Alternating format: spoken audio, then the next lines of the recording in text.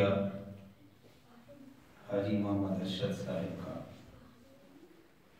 جنہوں نے 80s کے زمانے کی شب بیداری کی یاد تازہ کر دی مرکز ناجل قرآن۔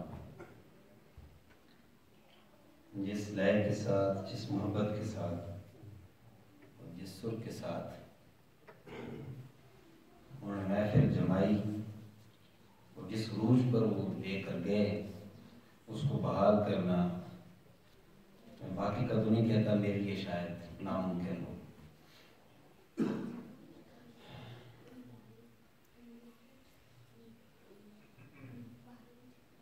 میں 2 دن سے لوگ پلک سنوارتا رہا کہ گفتگو کہاں سے کروں گا، مگر میں انہیں کے جملے سے اپنی بات کو جو ہے آگے بڑھاؤں گا کہ ملتا ہے سکون دل نو سونے دی ثنا کر کے۔ نحمدہ ونصلی ونسلم علی رسول الکریم، اما بعد، اعوذ باللہ من الشیطان الرجیم، بسم اللہ الرحمن الرحیم، سلام علیہ یوم ولد و یوم یموت و یوم یبعث حیا، صدق اللہ مولانا العظیم و صدق رسولہ النبی الامین الکریم الرؤوف الرحیم، اما بعد۔ محترم مکرم شیخ الفقہ و تفسیر حضرت علامہ پروفیسر حافظ صفدر مجید قادری صاحب مدظ اللہ العالی، محترم مکرم حضرت علامہ مدثر اعوان صاحب، محترم مکرم علامہ جہاں زیب صاحب، اور محترم مکرم حافظ علامہ محمد رضوان صاحب، میرے بزرگوں، دوستوں اور عزیزان گرامی قدر، سب سے پہلے میں انتظامیہ کا اور بالخصوص محترم اپنے استاذی مکرم کا شکر گزار ہوں، جنہوں نے مجھے آپ کے پر رونق اور پر نور چہرے دیکھنے کا پہلی بار موقع عطا فرمایا۔ فرینکفرٹ سے بھی چمکتے دمکتے چہرے تشریف لائے ہوئے ہیں، وہاں مجھے 2-3 دفعہ موقع ملا، محترم چودھری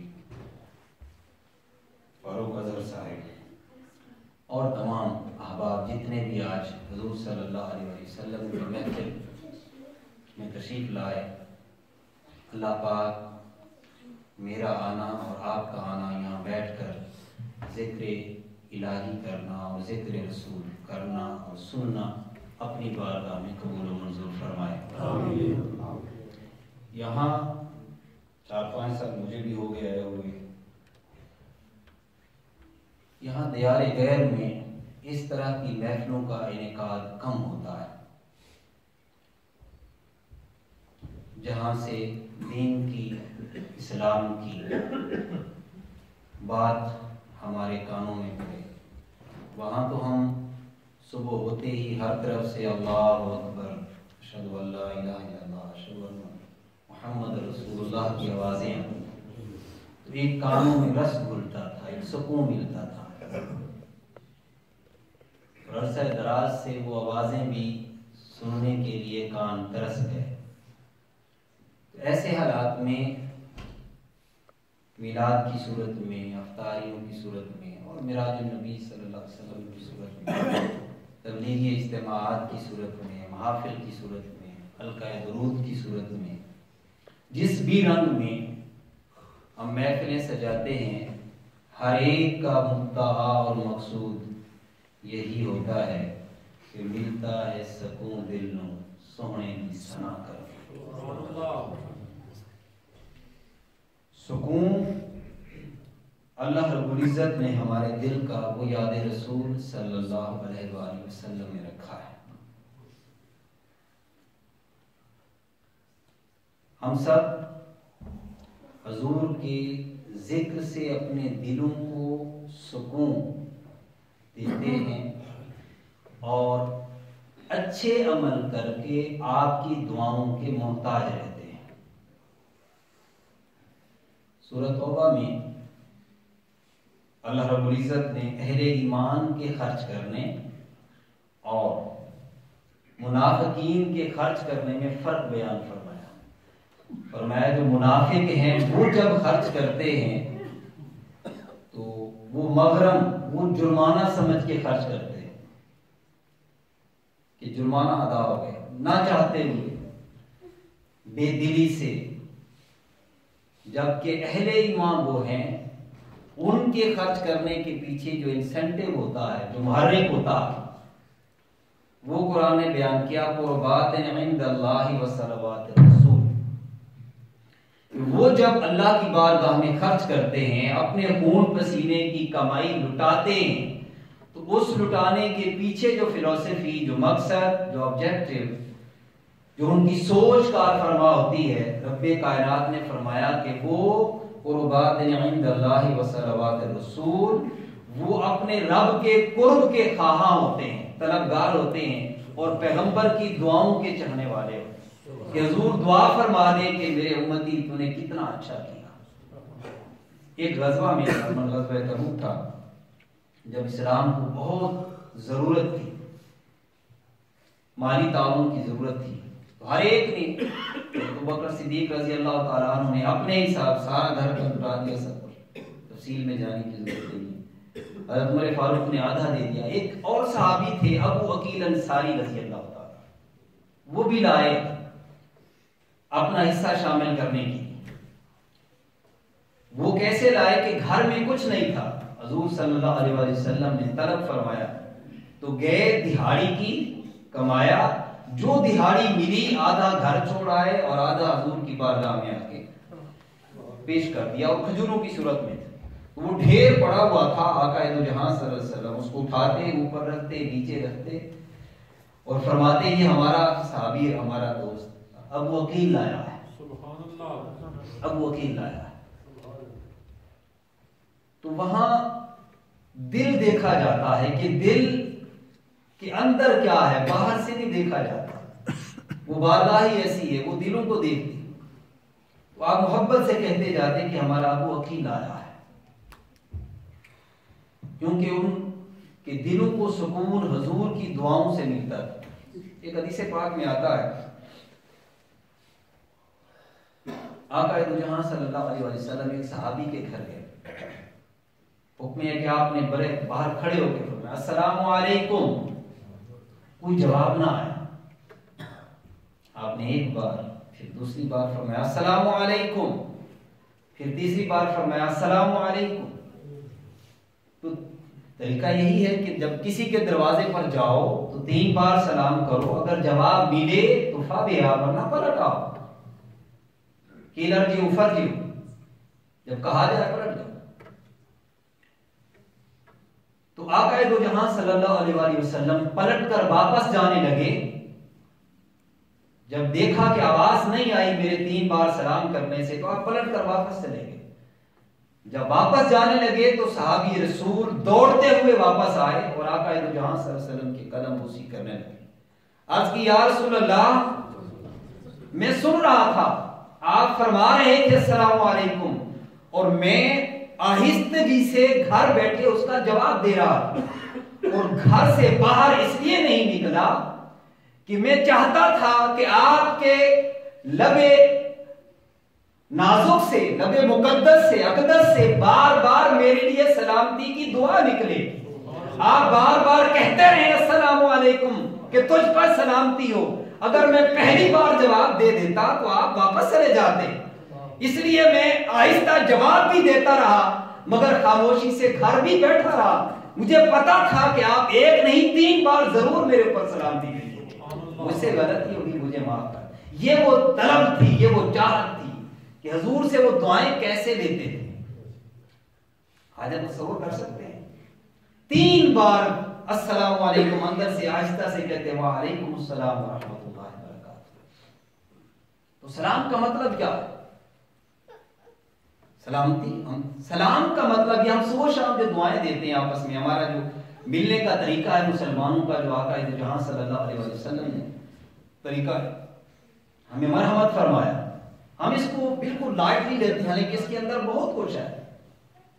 اب ہر قوم کا اپنا اپنا طریقہ ہے، گڈن ٹاک ہے، گڈ مارننگ ہے، جس بھی انداز میں کہیں، جرمن ہے، انگلش ہے، ہر زبان کا ہر قوم کا اپنا اپنا طریقہ ہے، مگر ہمیں وہ الفاظ عطا کیے جس میں ظاہری باطنی ہر طرح کی خوشحالی اور سلامتی شامل ہے۔ جب ہم کسی کو کہہ رہے ہوتے ہیں السلام علیکم، تم پر سلامتی ہو، اس کا مطلب یہ ہے کہ ہم اسے یہ کہہ رہے ہیں کہ سونا خوش بس، آباد رہے، شاد رہے، ہر حال میں دعا دیتے ہیں اس کو۔ تو ملتے آتے جاتے، فرمایا کوئی تمہارا واقف ہو یا نہ ہو، ہر ایک کو خوشحالی کی دعا دیا کرو، ہر ایک کو سلامتی کی دعا دیا کرو۔ یہ صبح تمہاری اچھی ہو، دوپہر اچھی ہو، شام اچھی ہو، رات اچھی ہو، دن اچھا ہو، اس چکر میں نہ پڑا کرو، بلکہ ہر ہاں ایسا لفظ عطا فرمایا کہ السلام علیکم، کہ تم ہر حال میں خوش ہو، تمہاری صبح ہو وہ بھی سلامتی کے ساتھ ہو، تمہارا دن ہو وہ بھی سلامتی کے ساتھ ہو، تمہاری شام ہو وہ بھی سلامتی کے ساتھ ہو، اور تمہاری رات گزرے تو وہ بھی خوشحالی اور سلامتی کے ساتھ ہو۔ تو ہم بعض اوقات ٹھیک ہے جب ان کے ساتھ ہمارا اٹھنا بیٹھنا ہوتا ہے تو وہاں ان کے لفظ بولنے میں حرج نہیں ہے، مگر جب ہم آپس میں ایک دوسرے کے ساتھ ملتے ہیں تو ہمیں سلام کو کبھی بھولنا نہیں چاہیے۔ حتیٰ کہ قرآن مجید میں ایک جگہ فرمایا کہ مومن کی علامت شعار ہے اسلام کا، فرمایا اگر کوئی منہ سے سلام کہہ رہا ہو تو اسے تم یہ نہ کہو کہ تو اسلام نہیں لایا، اور اس کے ساتھ جو تم زیادتی نہ کرو۔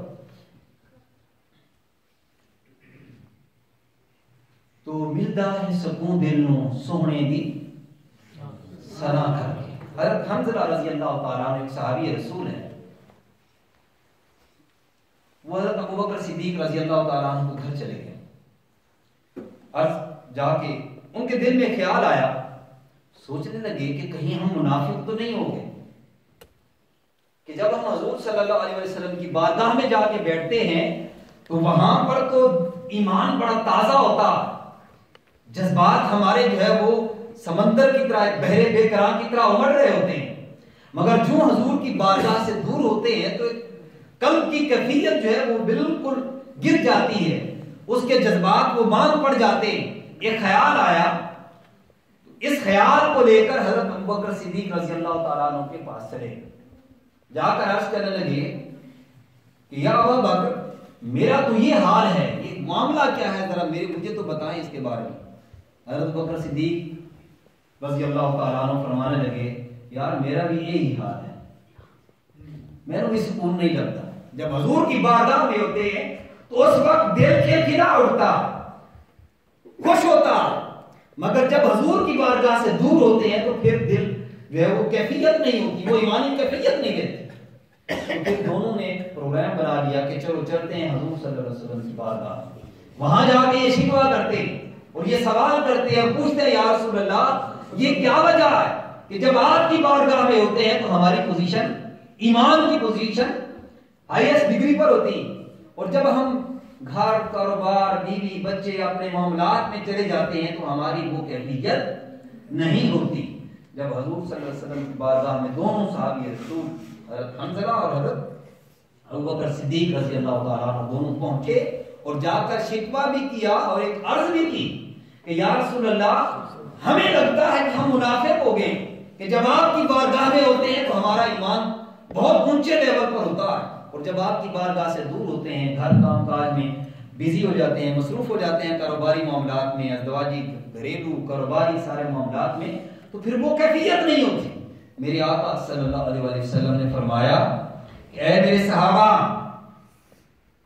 وہ کیفیت جو تمہیں میری صحبت میں، میری سنگت میں اور میرے ساتھ میرے قرب میں رہ کر تمہیں نصیب ہوتی، اگر یہی کیفیت تمہیں مجھ سے دوری میں بھی نصیب ہو تو فرشتے راہوں میں تمہیں سلام کرنے آئے۔ گویا اشارہ اس بات کا تھا کہ میرا ایمان اس درجے کا ہے کہ جہاں بھی میں ہوتا ہوں ہر وقت میرے ارد گرد صلاۃ و سلام پڑھتے ہیں فرشتے۔ یہی وجہ ہے کہ آج تک حضور کے وصال کے بعد بھی آج تک فرشتے 70,000 صبح اور 70,000 شام حضور کی بارگاہ میں فرشتے سلام کرنے آتے ہیں اور یہ دعا کرتے ہیں سلام، پھر میں وہی عرض کروں سونا خوش بس ملتا ہے سکون دل کو سونے دی سنا کر کے۔ یہ میلاد کی محفلیں اسی لیے تاکہ وہ جو ایمان ہمارا دنیا کے دھندوں میں پھنسنے کی وجہ سے، کاروبار کی وجہ سے، اس ایمان کی جو کیفیتیں مان پڑ جاتی ہیں، ان محافل کے ذریعے ان کو دوبارہ زندہ کیا جائے، کبھی تلاوت کے ذریعے، کبھی ثنا خوانی کے ذریعے، کبھی بیان کے ذریعے، کبھی گفتگو کے ذریعے، مختلف انداز ہیں اس ایمان کو دوبارہ تازہ کرنے کے۔ جیسے حضور صلی اللہ علیہ وسلم کی بارگاہ میں جا کر ایمان کو تازہ کرتے تھے، حضور کا چہرہ تک کر، کیونکہ صحابہ کرام کا میلاد یہ تھا کہ جب ان کا دل گھبراتا تھا، پریشان ہوتا تھا، دل کو سکون کی ضرورت ہوتی تھی، تو پھر وہ کیا کرتے تھے؟ وہ جا کر حضور کا چہرہ تک لیتے تھے، ان کا ایمان زندہ ہو جاتا تھا، تازہ ہو جاتا تھا، ایمان کا لیول بڑھ جاتا تھا۔ مگر آج ہمیں تو وہ خوش نصیبی نصیب نہیں ہوئی، یہ انہی کا حصہ تھا جو پا گئے۔ آج ہم کیا کریں؟ آج ہم انہی کا ذکر کر کے اپنے ایمان کو زندہ کر سکتے ہیں۔ جس طرح کسی شاعر نے کہا تھا کہ جب نہیں ملتی کہیں سے بھی سکون کی دولت، جب نہیں ملتی کہیں سے بھی سکون کی دولت، تیری محفل تیرے دیوانے سجا لیتے ہیں۔ تو آئی اور کچھ نہیں ہے۔ میں اس وقت ان چیزوں کی طرف نہیں جانا چاہوں گا کہ کون کیا کہتا ہے کیا نہیں کہتا، میلاد آتا ہے تو سفر پہ، اب چھوڑ دیں ان باتوں کو کہنا۔ اب اس طرف آئیں کہ وہ ہستی، وہ ذات جس کا ذکر خود رب کائنات نے بلند کیا، وَرَفَعْنَا لَكَ ذِكْرَكَ کہہ کر کہ اے میرے محبوب تیرا ذکر تیری خاطر ہم نے بلند کر دیا، تیری خوشی کی خاطر، تیری محبت کی خاطر، تیری خاطر ہم نے بلند کر دیا۔ تو خود خدا جس ہستی کے بارے میں فرما رہا ہو کہ تیرا ذکر تیری خاطر بلند کر دیا، اس ہستی کا ذکر نہ کیا جائے تو اور کس کا کیا جائے؟ اور حضور صلی اللہ علیہ وسلم نے اپنی ذات کے ساتھ تعلق کو مضبوط سے مضبوط تر کرنے کے لیے درود پاک کی فرمایا، جو قیامت کے دن میرے قریب سب سے زیادہ وہ ہوگا جو سب سے زیادہ مجھ پر درود پڑے گا۔ اللہ کا قرب ملتا ہے نوافل پڑھنے سے، عبادت کرنے سے۔ قرب دو ہیں، اللہ کا قرب بھی ہے اور رسول کا بھی قرب ہے۔ اللہ کا قرب ملتا ہے اللہ کی عبادت کرنے سے، سجدہ ریزیاں کرنے سے، اپنی جبین نیاز بارگاہ الوہیت میں جھکانے سے، اور حضور کا قرب ملتا ہے حضور پر درود و سلام پڑھنے سے۔ اس لیے فرمایا کہ جمعہ کے دن کثرت سے مجھ پر فرمایا درود پڑھا کرو۔ تو یہ دونوں برابر رکھا سلسلہ۔ تو مسجدیں جہاں عبادت کا مرکز ہے، وہاں حضور صلی اللہ علیہ وسلم پر درود و سلام کا بھی مرکز ہے۔ کیونکہ جب بعض ذہنوں میں آتا ہے کہ اللہ کی عبادت، سب سے افضل اور عبادت کیا ہے؟ نماز ہے۔ اللہ کی عبادتیں مختلف طریقے ہیں، ان میں سب سے زیادہ افضل جو عبادت ہے وہ نماز ہے، اور نماز کی سب سے افضل پوزیشن سجدہ ہے، کہ جب انسان سجدے میں چلا جاتا ہے، انسان آتا ہے نماز میں کھڑا ہوتا ہے، کھڑا ہو کر قیام کرتا ہے، اللہ پاک کی بارگاہ میں تلاوت کرتا ہے، رکوع کرتا ہے، نماز سے فارغ ہو کر بیٹھتا ہے۔ افضل عبادت کے اندر بھی رب کائنات نے اپنے نبی مکرم پر درود و سلام کو رکھا کہ اے بندے اب تو نے میری عبادت کر لی، قیام کر لیا، رکوع کر لیا، سجدہ بھی کر لیا، سب کچھ کر لیا، اب ادب اور احترام سے بیٹھ کے میرے نبی مکرم پر درود و سلام بھیج، اور یہ کہہ کہ السلام علیکہ ایھا النبی، اے نبی تجھ پر سلام، تو سلامت رہے، تو خوش رہے، تو آباد رہے، تو شاد رہے۔ یہ مطلب ہوتا ہے سلام کا، تو آباد رہے، تو شاد رہے۔ پھر درود پڑھ۔ یہ کیا ہوا کہ عبادت خدا کی ہو رہی ہے مگر گفتگو جو ہے وہ مصطفیٰ سے ہو رہی ہے صلی اللہ علیہ وسلم۔ ایک مصر کے بزرگ گزرے ہیں، ان کے بارے آتا ہے غالباً ابو العباس مرسی رحمۃ اللہ علیہ۔ اللہ نے انہیں وہ مقام عطا کیا تھا کہ جب حضور کی بارگاہ میں جب نماز پڑھتے، اللہ پاک کی بارگاہ میں بیٹھتے اور یہ لفظ ادا کرتے کہ السلام علیکہ ایھا النبی، اس وقت تک آگے نہیں پڑھتے تھے جب تک کہ بارگاہ رسالت سے واپس سلام کا جواب نہیں آ جاتا۔ مقام ہے اپنے۔ تو پھر جو دل اپنا ان کے ساتھ لگا لیتے ہیں پھر ان کو وہاں سے سلام کے جواب بھی آتے ہیں. چھوڑیں ہم اس بحث کو کہ کھڑے ہو کے پڑھا جائے, بیٹھ کے پڑھا جائے, کس سیغے سے پڑھا جائے, درود ابراہیمی پڑھا جائے, کوئی اور ہزار ہاں درود کی قسمیں, ہر ایک نے اپنے اپنے انداز میں محبوب مکرم صلی اللہ علیہ وسلم کو جو ہے وہ اپنا خراج تحسین پیش کیا. بات ساری درود کی ہے مگر سیغے جدا جدا. الصلاۃ والسلام علیک یا رسول اللہ, الصلاۃ والسلام علیک یا حبیب اللہ. اور یہ واحد عمل ہے, ہر ایک عبادت ٹھکرائی جا سکتی ہے ریاکاری کی وجہ سے, مگر درود ایک ایسا عمل ہے کہ اگر کوئی ریاکار اور منافق بھی پڑھے تو تب بھی بارگاہ الوہیت میں قابل قبول ہوتا ہے. یہ ایسا عمل ہے جس حال میں بھی پڑھا جائے قبول ہوتا ہے, اس لیے کہ اس میں انسان اپنے لیے کچھ نہیں مانگتا, جو کچھ مانگتا ہے حضور کے لیے مانگتا ہے, اپنے محبوب مکرم کے لیے مانگتا ہے. اس لیے جس حال میں بھی پڑھے اللہ پاک کی بارگاہ میں قبول ہوتا ہے. جب نہیں ملتی کہیں سے بھی سکون کی دولت, تیری محفل تیرے دیوانے سجا لیتے ہیں. تو یہ میلاد کی محفلیں اسی سکون کی تلاش کے لیے ہوتی ہیں. بوڑھے بچے جوان مرد خواتین حضرات سب اکٹھے ہوتے ہیں تاکہ وہ ذکر سن کر اپنے دلوں کو ایک سکون ملے. کبھی وہ سکون حضور کی کسی بات سے ملتا, کبھی وہ سریلی آواز حاجی ارشد صاحب کی سن کر وہ ایک دل کو سکون ملتا, کبھی اللہ والوں کا کلام سن کر وہ دل کو سکون ملتا. وہ دل پسیجتا, وہ دل کے اوپر ایک ٹھوکر لگتی, وہ شکستہ ہوتا ہے تو پھر وہاں سے سلاموں کا جواب بھی آتا ہے. ہمیں ان میلاد کی محفلوں کو جہاں ہم اپنے سکون, دل کا سکون ڈھونڈتے ہیں, تلاش کرتے ہیں, وہاں ہمیں یہ بھی دیکھنا ہوگا کہ حضور صلی اللہ علیہ وسلم دنیا میں تشریف کیوں لائے. ہم آپ کو ایک آئیڈیل کے طور پر, ایک ماڈل کے طور پر آپ کو فالو کر کے کس طرح ہم اپنی زندگیوں کو بہتر سے بہتر بنا سکتے ہیں. اور بالخصوص ہم لوگ جو اپنے وطن سے دور ہیں, اپنے خاندانوں سے دور ہیں, یہاں ہم آئے, یہاں کاروبار کیا, یہاں اپنے اپنے معاملات میں لگے ہوئے. ہماری سب سے زیادہ بنیادی ذمہ داری اس میلاد کی محافل جو ہمیں متوجہ کرتی کہ ہم وہ محبت جو ہم پاکستان سے یہاں آئے تھے کچھ نہ کچھ ہمارے دلوں میں ہے, زندہ ہے ابھی. اس محبت کو اپنی نسلوں میں بھی کنورٹ کر جائیں, اس محبت کو اپنی نسلوں میں بھی آگے دے جائیں. اگر ہم اپنی اولادوں کو سب کچھ دے گئے دنیا کا, اگر حضور کی محبت اور حضور کے ذکر سے جو دل کو سکون ملتا ہے اگر وہ ان کو نہ دے سکے تو پھر قیامت کے دن کیا منہ دکھائیں گے. علامہ اقبال کے بارے میں ایک واقعہ آتا ہے کہ بچپن کے ان کے واقعہ ہے. ایک فقیر آیا دروازے تو اس نے ندا دی, صدا دی.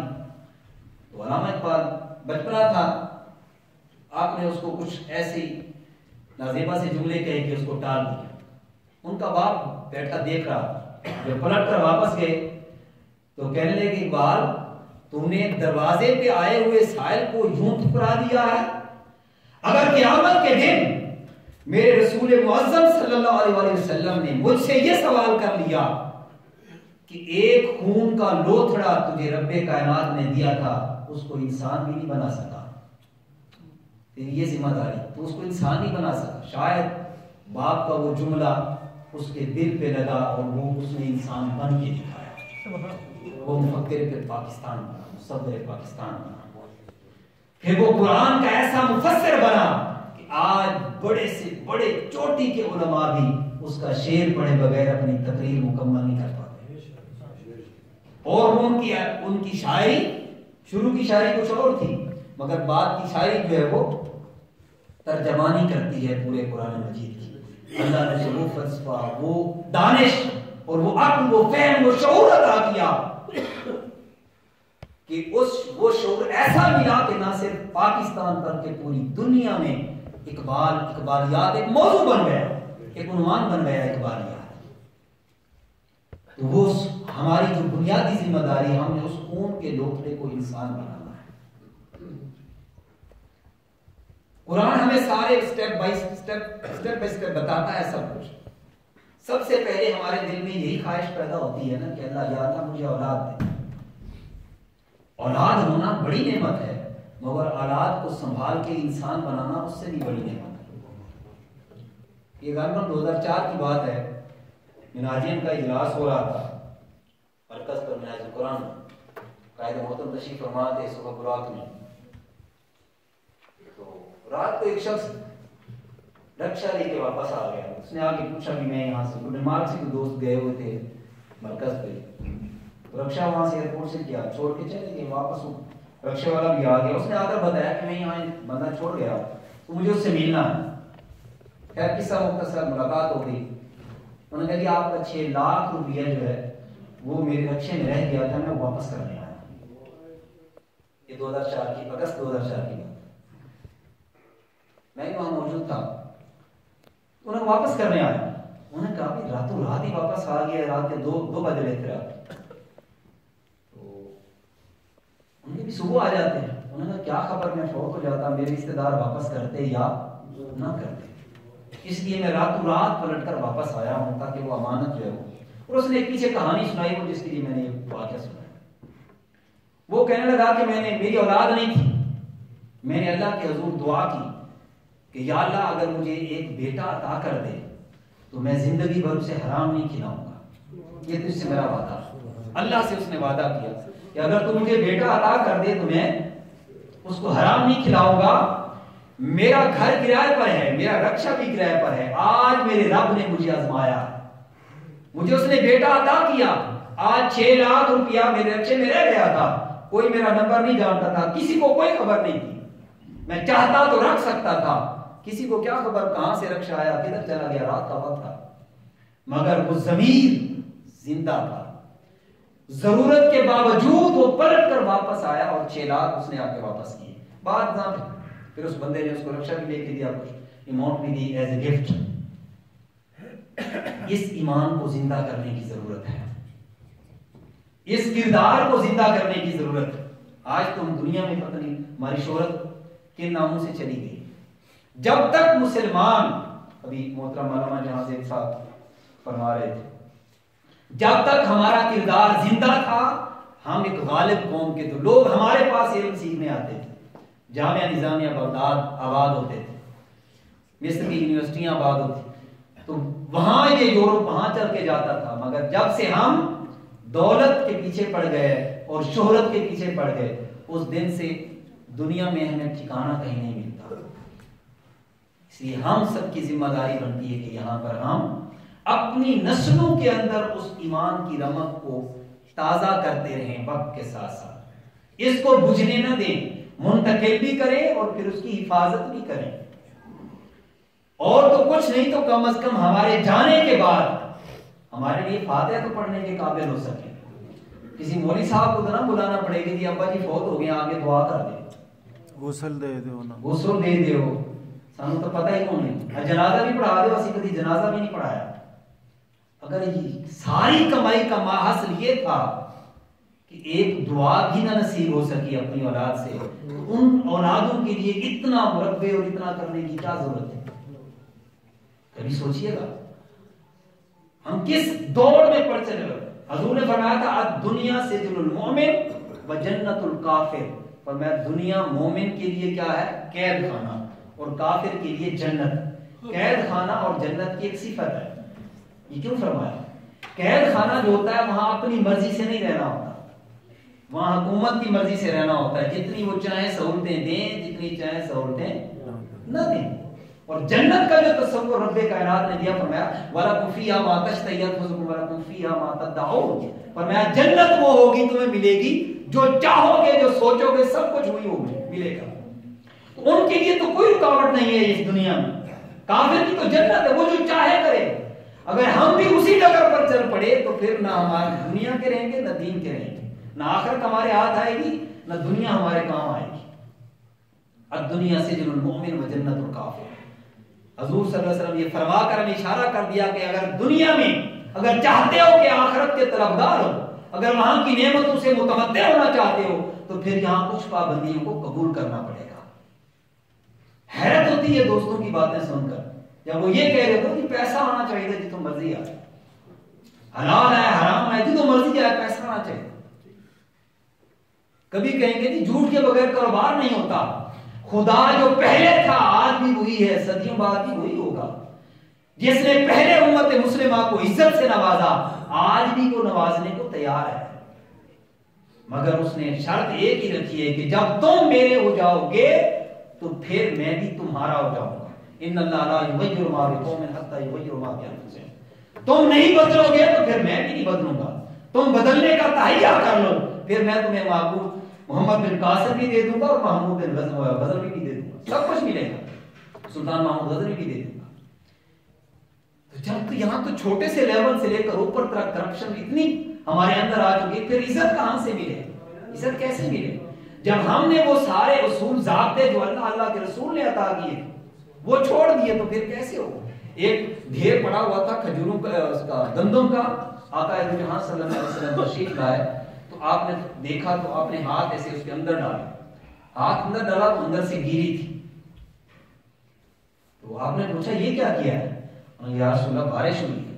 اور میں بارش بڑی سی آنی سی اتنی بونی ہے پیچھے اندر بڑھ گئی، یہ کیسی بارش تھی؟ من غش فلیس منا، تو میں جو ملاوٹ کرتا ہے وہ ہم میں سے نہیں. آج آپ دیکھ لیں فروٹ کی پیٹیاں اوپر سے ستھری ہوتی ہیں اندر سے گند ہوتا ہے سارا.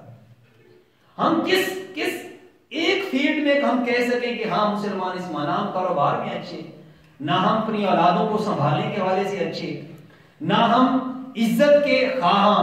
وَلِلَّهِ الْعِزَّةُ وَلِرَسُولِهِ وَلِلْمُؤْمِنِينَ. فرمایا عزت اگر لینی ہے تو وہ اللہ کے حضور ملے گی یا پیغمبر کی بارگاہ سے ملے گی یا ایمان کی حالت میں ملے گی. اس کے علاوہ جہاں بھی کوئی عزت ڈھونڈنے کی کوشش کرے گا فرمایا وہ نا خاسر اور ناکام اور نامراد ہوگا. یہ میلاد کی محفلیں ہمیں ایک یاد تازہ کراتی ہیں کہ وہ ہستی، وہ پیغمبر جس کا ہم نام لیتے ہیں، جس کے نام پہ ہم مر مٹتے ہیں، اپنی جانیں دینے کو تیار ہیں، وہاں اپنی خواہشات قربان کرنے کو تیار کیوں نہیں؟ میرے آقا نے فرمایا لا یؤمن احدکم حتی یحب لاخیہ ما یحب لنفسہ. اور ایک فرمایا کہ لا یؤمن احدکم حتی یحب حتی یکون ہواہ لما جئت بہ. فرمایا کہ تم میں سے اس وقت تک کوئی کامل مومن نہیں ہو سکتا جب تک کہ وہ اپنی خواہشات کو میری شریعت کے تابع نہ کرے. اس وقت تک وہ نہیں ہو سکتا. محبت دل میں ہے اور یہ ہمارے اعضاء حضور صلی اللہ علیہ وسلم کی شریعت کے تابع ہو جائیں. وہ کوئی اسلام پر چلنا مشکل نہیں ہے، تھوڑے سے اپنے آپ کو کنٹرول کرنے کی ضرورت ہے، تھوڑا سا کنٹرول کرنے کی ضرورت ہے. کتنا کھا لیں گے انسان؟ ہم کتنا کھا لیں، کتنا کما لیں، کتنا کما لیں؟ کیا ہمارے ارد گرد کتنے واقعات ہوتے ہیں